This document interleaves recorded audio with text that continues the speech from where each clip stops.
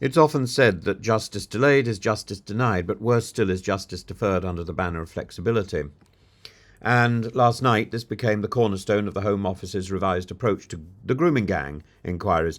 A £5 million fund, once earmarked for 5 independent judge-led inquiries modelled on the Telford investigation, has now become an open pot distributed to an opt-in basis to local councils. Councils, mind you, that may not wish to be investigated at all.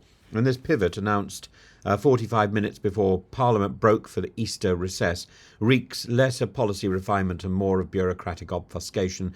It is not only the timing that raises eyebrows, but the trajectory, from promise to prevarication.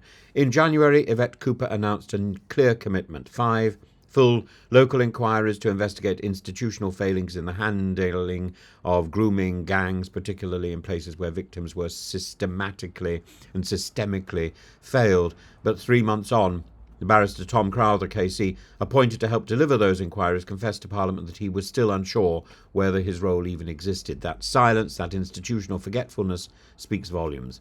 And what are the victims?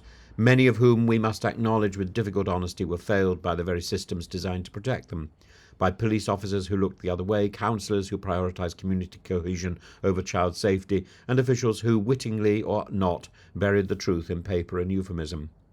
And the decision to let local authorities decide whether or not they wish to participate in inquiries places the fox in charge of the henhouse. Can local bodies implicated in historic failures be reasonably expected to voluntarily opt in to potential self-exposure?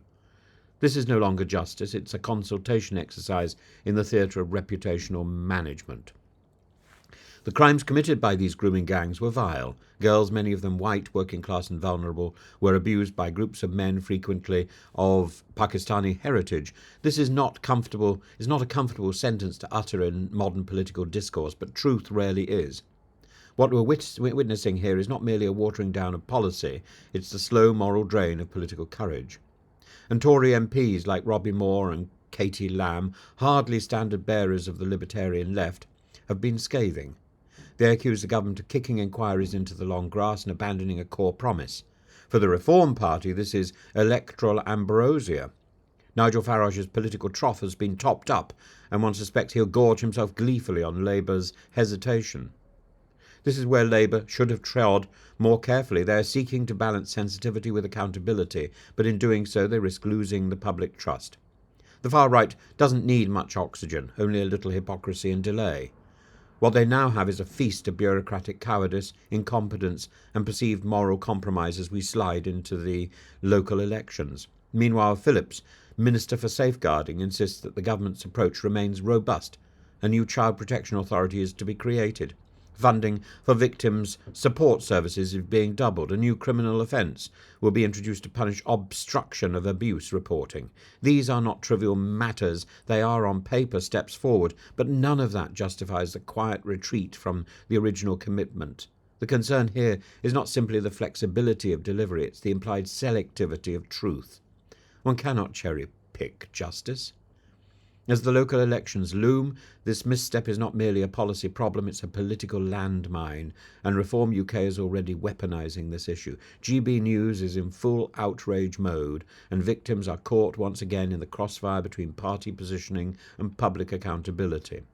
If Labour wishes to govern credibly, it must resist the temptation to manage this issue through soft phrasing and procedural ambiguity. What is needed is not only inquiry, but independent, mandatory, compellable inquiries, the kind that can subpoena, confront and reveal.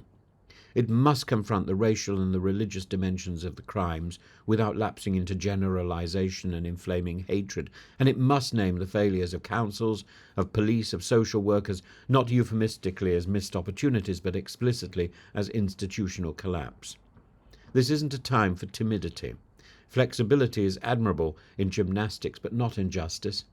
If the government continues to tiptoe around this problem, it will find itself not on a tightrope, but in free fall, and the electorate will not be forgiving.